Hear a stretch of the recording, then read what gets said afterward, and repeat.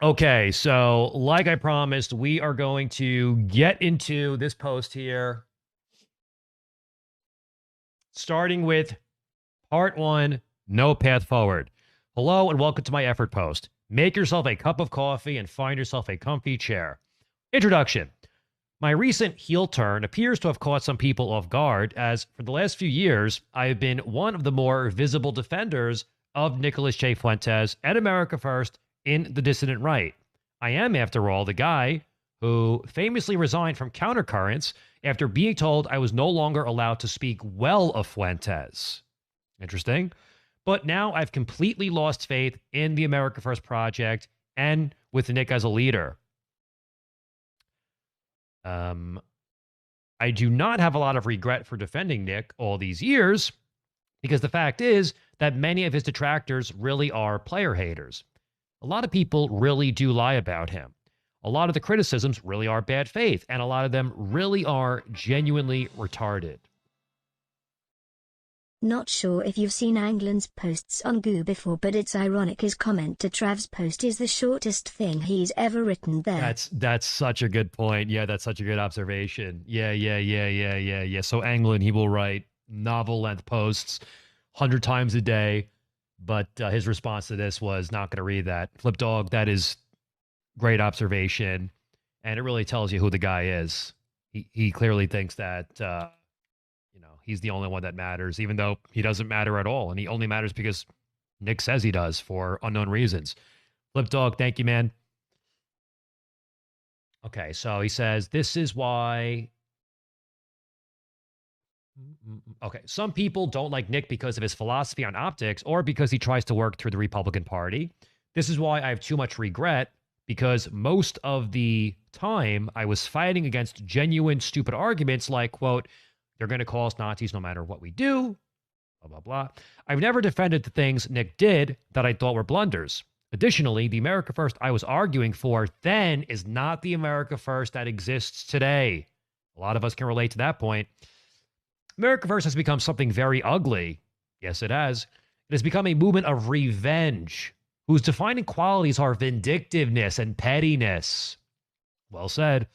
America First is not about white identity politics anymore. It's not about red pilling the normies. America First is now entirely about settling scores, attacking enemies, infighting, dopamine chasing, and Nick reveling in his own mythos. It has become a movement of malicious flagging, doxing, and gay ops. And as someone who tolerates nothing less than unquestioning, to be a loyal soldier for AF means you have to be down with all of it. Anglin recently went on the kill stream and defended Nick's mass flagging of porcelain. His argument was that by criticizing someone who is not on Twitter, who could not respond, that porcelain was, quote, exploiting censorship. E2, Andrew? This is a ridiculous argument. By that logic, I should not criticize TRS or the NJP on Twitter because that would be, quote, exploiting censorship. I shouldn't criticize Patriot Front. I shouldn't criticize Gavin McInnes hoaxing his FBI raid because he's not on Twitter to defend himself. Can't talk about Owen Benjamin blowing the lid on the hoax because he's not on Twitter either. I mean, Nick picked a fight with Medicare for the specific purpose of generating discussion about himself. Did he expect only good responses? But this is what being a Nick defender will do. It will send you down a road to perdition where you will inevitably find yourself defending the indefensible and the patently absurd.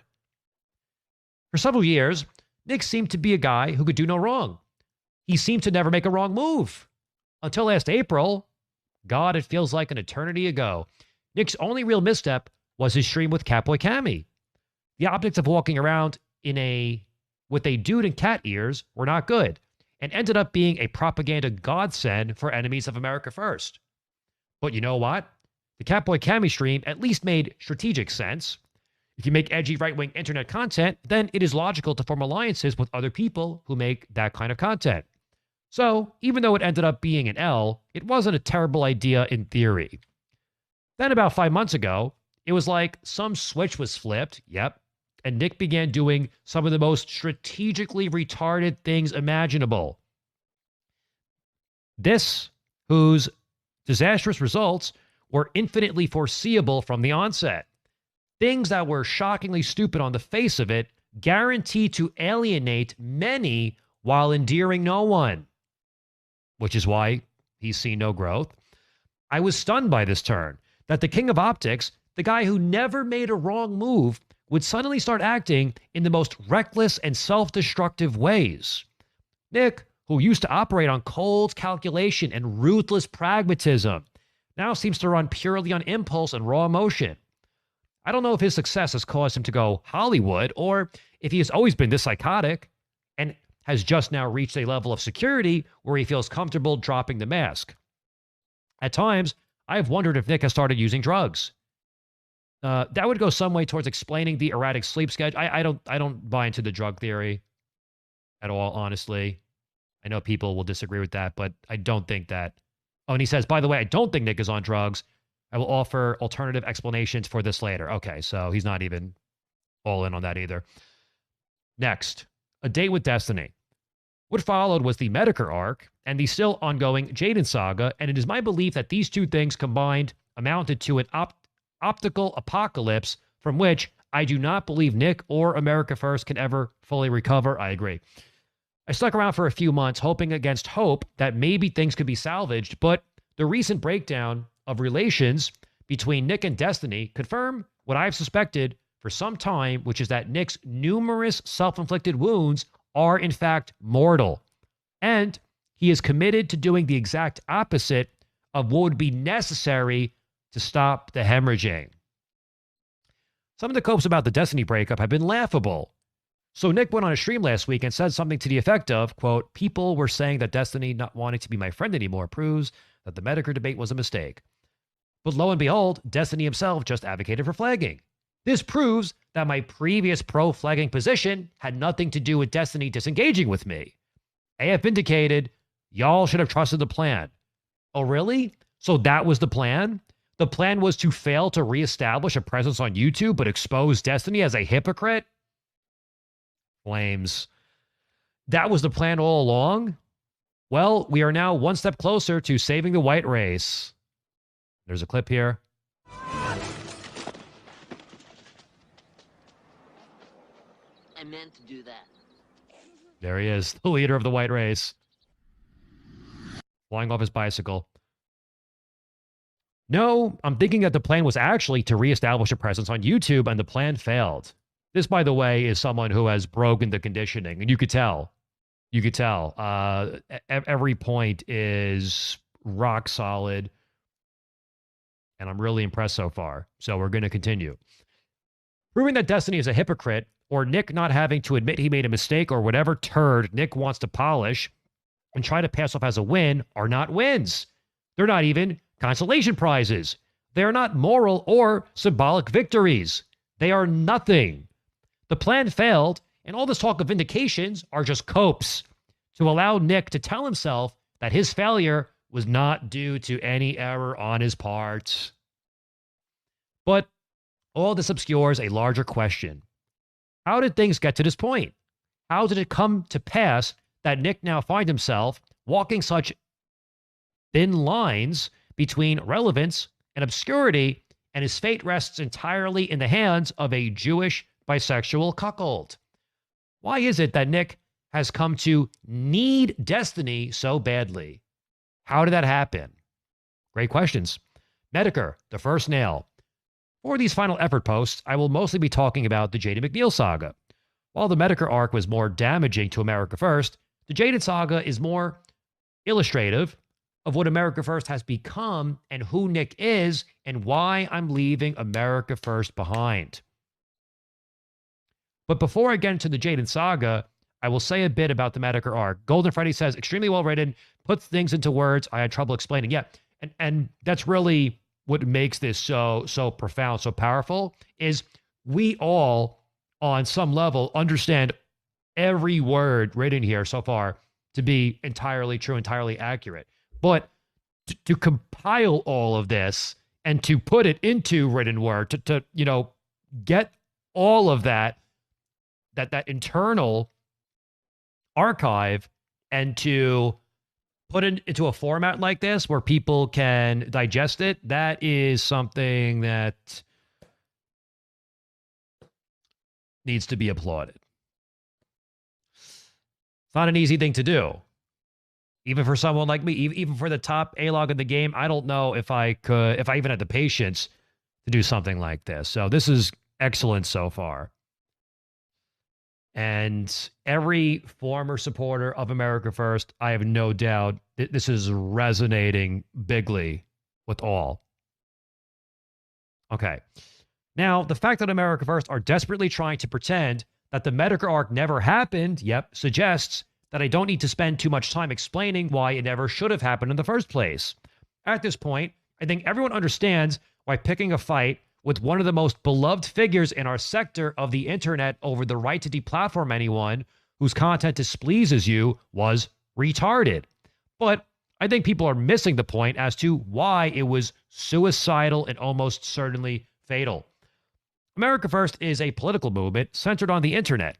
It is led by a person who is banned from all social media. Given those two factors, for such a movement to grow, it is essential, vital, mandatory that the leader maintains the goodwill of people who still have access to social media. There is no substitute for this. There is no workaround. There is no other way for an internet movement without access to social media to grow without the goodwill of people still on social media. The media will always be against AF, and Nick's ability to influence the national dialogue from Cozy and Telegram is extremely limited.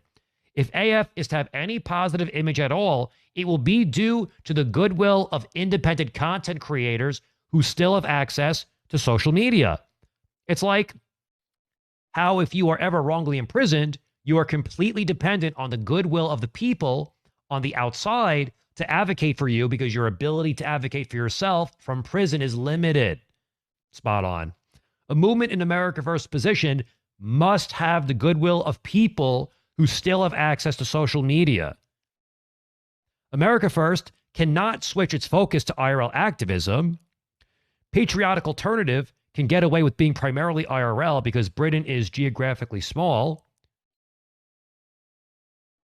AF cannot go the PA route because the US is geographically large. Traveling from one side of the country to the other is very expensive and or time-consuming, etc. Given that AF is stuck being internet-based, it needs the goodwill of people still on social media. Ideally, Nick would like to have those people platform him and posting screenshots of his Telegram on their Twitter. If not that, the next best thing is to have those people speaking well of Nick.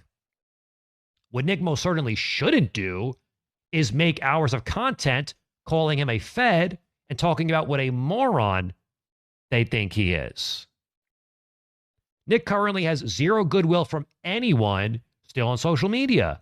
His remaining allies, Gavin, Milo, Jones, Anglin, Loomer, Kumi, etc., are all in social media prison right along with him. He has no one on the outside of the prison rooting for him anymore. When you cut through all the shit, this is really why the Medicare debate was so crippling. It's not just that Nick came out of it with a bunch of pro-flagging statements on the permanent record. That is very bad in itself, but that's not really the point. During the Medicare art, Nick deliberately destroyed the goodwill, the kind of goodwill that America First needs in order to grow, of several major content creators who had hitherto been favorable towards him and inadvertently destroyed the goodwill of many, many more for absolutely no strategic advantage whatsoever. And that is what is so crucial here. That is what is so crucial here, because why did Nick do what he did towards Medicare and everybody else, but we use Medicare as the avatar? He did it to, like always, satisfy the ego. That was the only reason. That was there was no positive. There was no gain. He did it purely to satisfy the ego. No amount of vindication could ever compensate for what was lost. Anyone, including Nick, who says, but Nick was vindicated in the end, is an effing idiot. Vindication is symbolic. Goodwill is real. You don't destroy real things for symbolic victories. Vindication is nice, but what America First needs is goodwill, and it no longer has anywhere on the internet, or at least on our social media. Nick still has the good. Did I read that already? Nick still has the goodwill of Alex Jones, Gavin Milo, who are also banned from social media, but he doesn't have the goodwill of any major figure with a significant platform, and he needs that. Hey, Hill, thank you, man. Stay safe out there. Sending prayers to everybody, by the way. We'll talk about that later. I don't want to derail. But thank you. The Medicare arc made Nick a pariah in his home sector, the most right-wing sector of the internet. Oh, man. You know what it is? The Groypers, they need to hear this more than anything, and most won't because most will reject it. They need to hear this more than anything, though. This is spot on. Couldn't be said better. It caused Nick to make permanent enemies with not just Medicare, but also Nick Rakita, Styx, and Porcelain, all of whom thought well of Nick before he started white knighting for deplatforming. These are all heavy hitters in our sector of the internet, and together they have a combined subscriber base of over 1 million subs. Even Porcelain, the smallest of these, gets talked about on Joe Rogan. Those potential connections were totally destroyed for nothing. So that Nick could make some stupid points that he would end up having to take back just a few months later. And the damage goes well beyond those 4 people. Anyone who wishes to maintain healthy relations with those 4 people, which is a lot of people, can no longer engage with or speak well of Nick. And those 4 were just the most blatant examples. There were others, many others.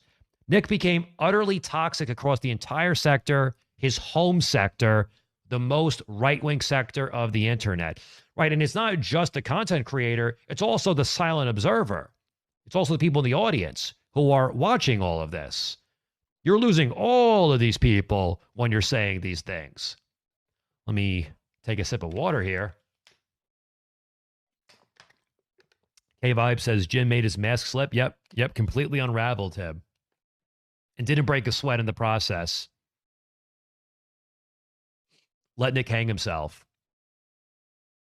And he had every right to, because he was attacked for no reason. Glengarry leads. Now, you might say, well, Nick may have lost access to those connections.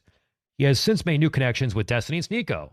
And indeed, Sneeko and Destiny's combined subscriber base is large. But here's the thing. Fans of Medicare, Styx, Rakita, and Porcelain are what I like to call Glengarry leads. They're strong leads. This is a great point. This is a really good point. Easy sales, easy red pills. Fans of those 4 already right-leaning. They are already anti-woke. They already have a taste for edgy humor. They already hate the mainstream media, which they are already dwelling on the fringes of the internet. Most of the work has already been done for you. All they need is just a little push to come over to your side. On the other hand, Destiny may have a lot of fans, but the problem is his fans are far weaker leads. They need a lot more push to come over to our side. They need to be completely deprogrammed from the ground up. They don't even know the basics. Worse yet, they've spent the last however long listening to the guy who is arguably the best anti-white nationalist debater on the internet. These people are going to be extremely difficult to red pill. Maybe not impossible, but you are going to have a far lower batting average with Destiny's fans versus Medicare and the others. Same with Sneeko. He's pretty base for a black guy, but you know, we're trying to make people racist here, and so fans of a black guy are right off the bat going to be an uphill climb. This is why the Medicare arc was so devastating. It made him completely radioactive in his home sector of the internet, the most right-wing part of the net. He poured gasoline all over the Glengarry leads, threw a match on them. If he hadn't done that, he wouldn't need Destiny, precisely. He only needs Destiny because he alienated his most natural allies. Yep. He's like a kid who has to enroll in a new school because he got caught jacking off in class at his last school and now has to start all over again where nobody knows him. I made that point recently too. I said, if Nick can't even appeal to his own target demographic, me, all of you, if he can't get us, who is he going to get? I made that point recently. Seriously, who do you think you're going to, if you can't, like, we don't need the program. We got it. We're ready to go. You know, we're woke on all this. We're woke on Jays. We're woke on Rays. We get it. So if you can't even attract us, who else is there? Nobody.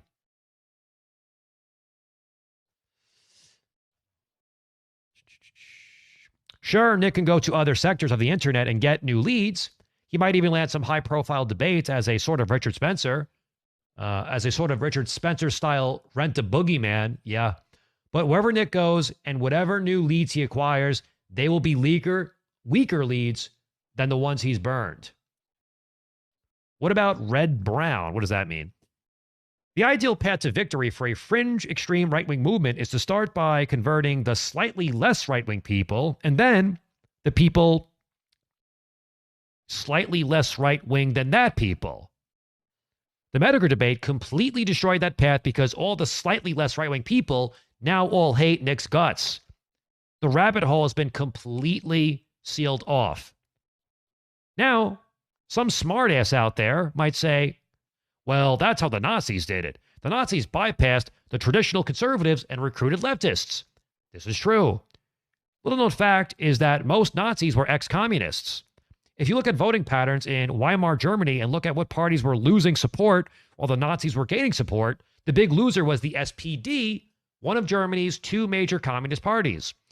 So evidence highly suggests that people were flipping from communist to Nazi. Could Nick do this? Could he go the red-brown route? Maybe try to appeal to the Bernie bro commies of the dirtbag left? After all, Curtis Yarvin and Bronze Age Pervert had made considerable progress in breaking into this audience. Peter Thiel has been dumping a lot of money into the scene. Just this week, a hashtag has gone super viral on Twitter, hashtag MAGA communism. The Democrats have crushed the populist wing of their party, but the populist wing of the Republican Party still has some life in it. And so some of the Bernie left are pushing this MAGA communism meme as a way of giving communist justifications for supporting the MAGA movement. So could Nick go the red-brown route? No, he cannot. First, Nick has been contemptuous of the idea of red-brown for a while. The only move in this direction he ever made was doing one stream with infrared, which he only did because he heard Has was a fan of Stalin. True, I remember that. I don't think Nick is very familiar with this scene, and it would take time to familiarize himself with their talking points. He could get Keith Woods, who has a degree of clout in this scene, but for some reason he won't. Probably because he feels intimidated by Keith Woods, because Keith Woods is an intellectual or more of an intellectual. Second, if Nick were to have any value to those people at all, it would be as an in to the broader right, and Nick doesn't even have that in for himself anymore. He has no allies outside of his movement. He's a gateway to nothing. Keith Woods is 6'7", really? He doesn't look it. Third, and most damning of all, Nick thought it would be a terribly good idea to get on stream and give a 30-minute rant about how he hates the working class. Thank you. Thank you for making this point. Thank you. Because it isn't said enough, actually. And I brought this up to Big Tech the other day, and Big Tech, he tried to hand wave it away. Yes, this is one of the strongest reasons to dislike Nick Fuentes and to pull your support. This may be the number one reason, as far as I'm concerned. This may be the top reason.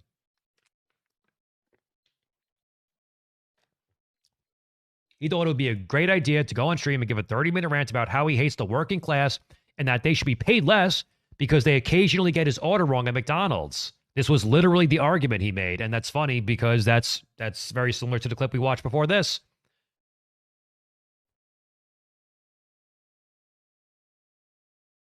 And this is why I hate workers. Yes, exactly. This is the clip I was talking about.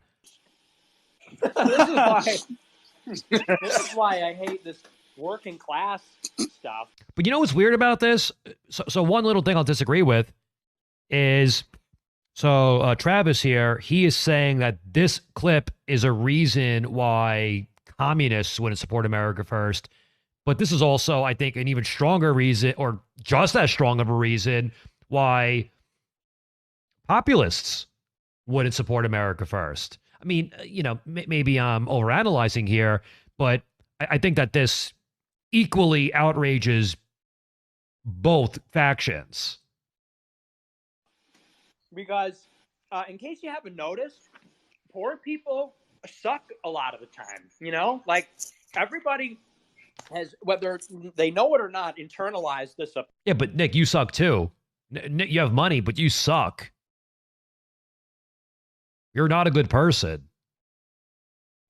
Oppressed thing. And so, like when Baked Alaska pepper sprays a gas station worker, everybody goes, oh, he picked on a poor, innocent gas station worker who's just trying to get some money and blah, blah, blah. They call that blue collar. First of all, being a gas station clerk is still, after all this time, he defends it. It's not blue collar, it's service. This is a big difference. And the Goipers say, oh, but Nick is Christian. Oh, you can't attack Nick. Nick is a Christian. Nick is not a Christian. I know he's not a Christian because of that right there. No real Christian could say such a thing ever. What's more, in this country, everything is terrible. Like, the service sucks. I wish, Baked Alaska is aspirational. I wish that I could walk around with mace and mace as many service workers as Baked Alaska does and gets away with. What a horrible thing to say. Truly horrible thing to say.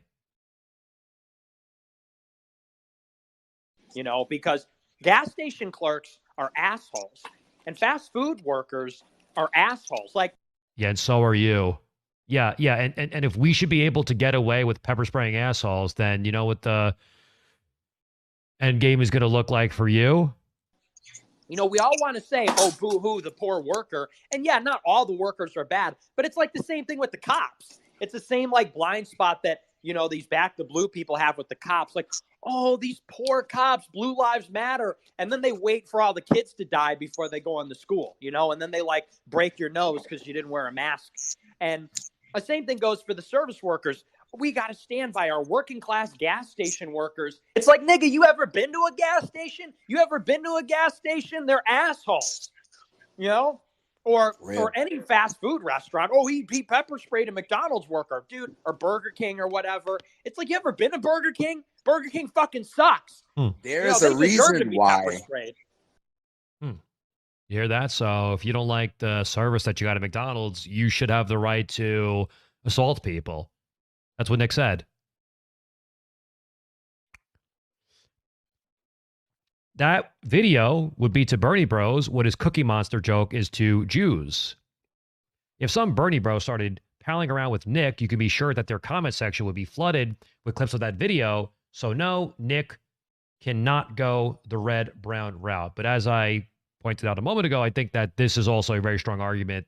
This is also very strong repellent for the dissident right-winger, the paleo-conservative, the populist.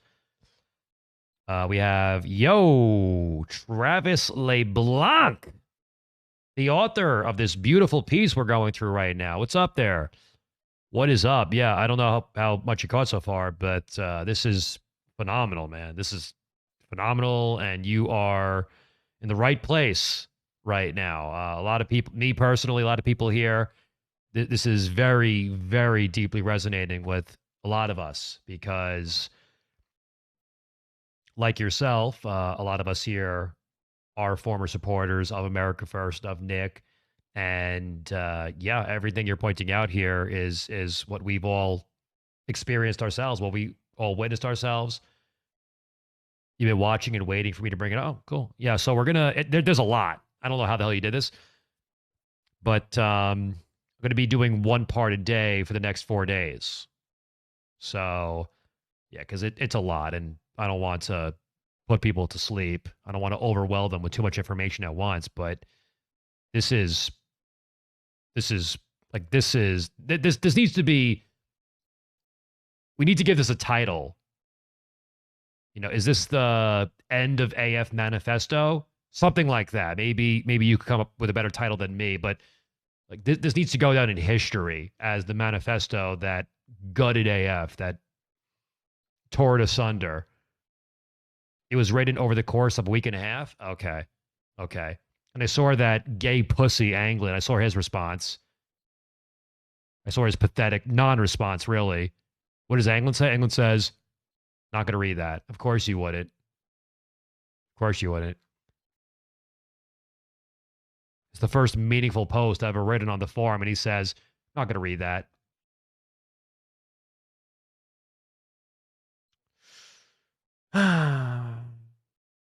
Let me guess, they're calling Travis a Jewish wignat. Well, actually, Nick did say something to that effect. I forgot exactly what he said, but I did hear Nick smearing Travis. I forget when. It was recently. But he went off on him. None of them have any response to this. This is a full-blown dissection. This is a total evisceration of the movement. Let's keep it going.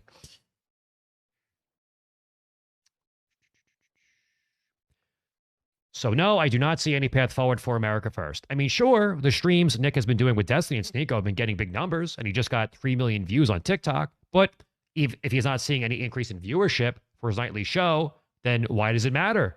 Yeah, and there's no conversion. There's no conversion from TikTok to Cozy TV. People, they're not. It's just not happening. One of the things that Richard never understood and that Nick used to understand but apparently doesn't anymore is that at the end of the day, it doesn't matter how many people hear the sales pitch. What matters is how many people are signing on the dotted line. 3 million views on TikTok is 3 million people hearing a sales pitch. This is an excellent point. The people tuning into Nick's nightly show are people signing on the dotted line. Yes. ABC always be closing. Okay, well, it's 8 minutes long, so I'm not going to play that. And Nick just ain't closing any of Destiny or Sneeko's fans. Partly because no one knows when a show starts, but mostly because their fans are cold leads. I think it's mostly the latter. People really wanted to catch the show, they would catch it. Well, forget about the internet. What about the IRL political connections Nick has made? I mean, the only value Nick would have to someone like Marjorie Taylor Greene would be as a guy who has a lot of influence on right-wing internet. But Nick no longer has that influence. Right, that's a great point. So why would MTG want to associate herself with this radioactive waste? What does she get out of that? Nick no longer has that influence. He's now just a well-spoken guy with a few thousand hardcore followers, but his influence no longer extends beyond those few thousand people. He is no longer capable of trend setting or taste making. Next section, money changes everything. A lot of the problem is that Nick now has wealthy backers behind him, and so he does not have the same incentive to increase his viewer base as he did when he was starting out. Excellent point. When he was starting out, more viewers meant more super chats, but nowadays, the money he makes in super chats is a drop in the bucket compared to what he gets from his big donors and from putting on AFPAC. So Nick is just perfectly happy to do his shows at 2 in the morning or whenever he feels like it. Absolutely. Nick knows that he would get more viewers streaming at an earlier time. If he wanted to maximize viewers, he would start his show 10 minutes after Tucker Carlson ends so that people can make a daily routine of watching both back to back. But Nick's income is no longer tied to viewership, so he doesn't give a shit about getting more viewers. And this we know is true because Nick has many times over the years, he has entertained the idea of stopping the super chats completely. Like he clearly does not care about doing the super chats. He clearly hates doing the super chat segment, always has hated it. So this is true. In a way, he's now like Richard Spencer, another guy whose income was not tied to viewership. where he's just happy giving the sales pitch and not stressing too much about closing the deal. He's not even trying anymore. Another parallel to Richard Spencer is that, like Richard, Nick has started making no distinction between positive and negative attention. Nick is a believer in P.T. Barnum's saying that, quote, there's no such thing as bad publicity. Or Oscar Wilde's quip that, quote, there's only one thing worse than being talked about, and that's not being talked about. Or George Cohen's, we get the point. Take your pick. Nick's original philosophy on optics was designed for the specific purpose of minimizing negative attention. However, since his banning from Twitter, Nick seems to have been consumed by this fear that he is no longer online. Now that he's no longer online, people are going to forget about him. This results in him picking fights and starting pointless, self-destructive feuds for no other reason than to get people talking about him again and remind them that he exists. Nick delights in every right-wing watch tweet because they are evidence that even though he is not on social media anymore, people are still thinking about him. It doesn't matter that those tweets are being read only by the iciest of cold leads. Yes, of course, of course. People aren't following that account and then tuning into America First. Of course. Makes perfect sense. Every Groyper should read. Nick should read this. He really should. I don't know if it would have any effect at all. Probably not. But Nick needs to read this. He really, like, if there is any chance of salvaging what's left of America First, he needs to read this. He won't. Nick stole Spencer's whole bit and replaced the likable preppy jock with being a suicidal maniac. Well said. Exactly right. Everybody is seeing it. Everybody is seeing it. He's about to embark on the Spencer arc. There's no doubt about it. Zach, thank you. Let's finish this up. Wow, we actually almost made it to the end. Damn, I've been ripping through this thing. Keep it going. This is also why Nick has never had a serious problem with the Kino Casino. I don't think that's true. It was a show on YouTube exclusively dedicated to talking about Nick and his friends that got 3,000 live viewers. It did not matter to Nick that the attention was entirely negative or that the show was demoralizing, even de-radicalizing some of his supporters. Kino Casino kept people on the internet talking about him, and that was all that mattered. He even allowed Kino Casino to use Power Chat. Okay, so this right here is the first part of the entire post that I have to disagree with. Nick definitely has tried. Definitely they have tried to take down the Kino Casino. And also, the Power Chat thing, I'm sure if he pushed hard enough, he probably could have got them banned, but ultimately that decision lies with Lulz more than anybody, or Lulz and his business partner. So that part right there, I think is a little factually off. Just to give honest feedback. But the larger point you're making here is absolutely accurate. You know, when you're saying that he just wants as much attention as possible, that larger point is accurate. But when it comes to the Kino Casino, so the Kino Casino is actually in the same category as Mr. Medicare, right? So it doesn't make sense that he was calling for Mr. Medicare to be deplatformed, but not Kino Casino. Like in his mind, they're both a similar category. Nick told me he believed Kino Casino promoted the show. That would be a cope, though, man. I mean, I don't know how inner circle you were, and yeah, Will Cunning said the same thing I just said. I don't know how inner circle you were, but that sounds like a cope, because I know for a fact that the Sussy Squad and they were 100% trying to. They were openly. Ralph would snipe, and they would openly say, "Everybody, go master." 100%. He would have loved to see the Kino Casino get taken out. Not to mention, he is actively coming after me, actively coming after Jaden, going after Simon, all these people that he views as A-logs or critics or whatever. So that one detail I do disagree with. I realize that Nick does not own Power Chat. Okay, so you actually clarify. Baked Alaska owns Power Chat, and Nick owns Baked Alaska. So I think Power Chat is owned mostly by Lulz and somebody else. I don't know what Bake's share of the company is, and I think it's not very substantial. But either way, Nick certainly has some level of influence over Power Chat for sure. For sure. I mean, he tried to strong arm Lulz into giving him a cut of the Power Chat donations. So the influence is there. It's just a minor inaccuracy at worst. So yes, Nick could have strangled Kino Casino in the crib by cutting off their payment processing, but because it fueled his ego, he allowed it to grow and fester until it was finally causing serious problems for his movement. He had supporters busting their asses trying to promote America First, and he was allowing two idiots to get rich, running a counter propaganda campaign because it gave him dopamine. Quote, there's no such thing as bad publicity. It's only true in a limited sense if you are an unknown. If you are some starving artist, then being embroiled in a high-profile controversy might make people curious to check out your work for the first time. However, if you are already an established name, there is absolutely such thing as bad publicity. Yeah, of course. Of course. Look at a Harvey Weinstein, right? Harvey Weinstein used to be a big shot, big wig Hollywood director. And then it came out that he was a serial rapist. And now he's rotting in a cage. So, yeah, that's not always true. It's not always true. Or look at someone like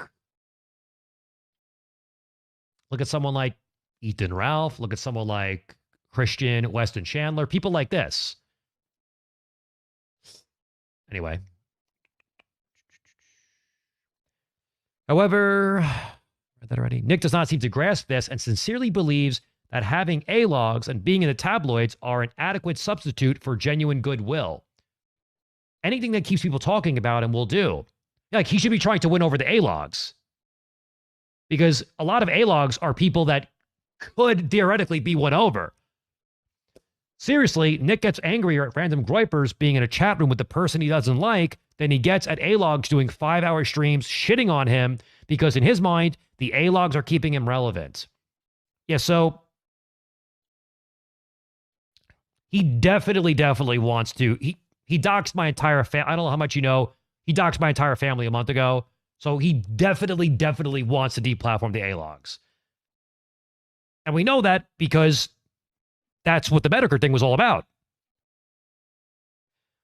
It would actually be preferable for Nick to drop off the radar for a time and then stage a comeback later than to be maniacally spotlight chasing. Several content creators have dropped off the map and then came back. Medicare himself is one. Crowd and T is far bigger now than during his skeptic community heyday. So that's all I will say on the Medicare arc. Someone asked me the other day, if not AF, who do you think would be better? I think this is I don't know if non sequitur is the right term to use here, but it's sort of, yeah, so I don't know the proper term to use here, but it's like, so because the implication of the question is, well, we have to support America First, because if we don't support America First, then what else do we support?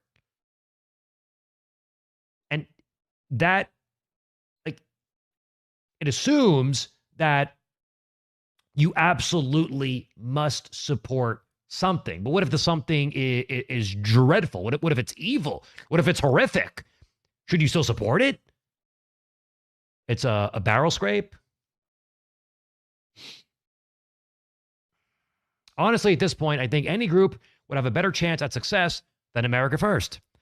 A group that has not yet achieved the goodwill of the sector is better positioned than a group that has already destroyed that goodwill. That's a fair point. All the rabbit hole tunnels leading to AF have been blocked off, mostly due to the efforts of Nick himself. America First is finished. It's done. Stick a fork in it. Good night, Vienna. Before you ask, some of you might say that if Elon Musk takes over Twitter and reinstates free speech, that would put Nick back in the game and render everything I wrote about irrelevant. I actually, well, you're going to explain why, but I totally disagree with that because the goodwill is still annihilated. If that happened, Nick could once again be able to bypass the gatekeepers and appeal directly to the masses. That's true. Elon taking over would put Nick back in the game.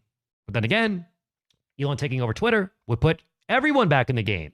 You see, one of Nick's main selling points, the reason why you're supposed to continue supporting him, regardless of whatever misgivings you may have about him, is that Nick is supposedly our last hope.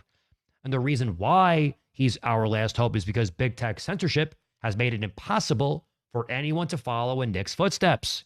Well, if Elon Musk takes over Twitter and institutes free speech, it would be possible again for someone to follow in Nick's footsteps, in which case Nick would no longer be our last hope. And that concludes part 1.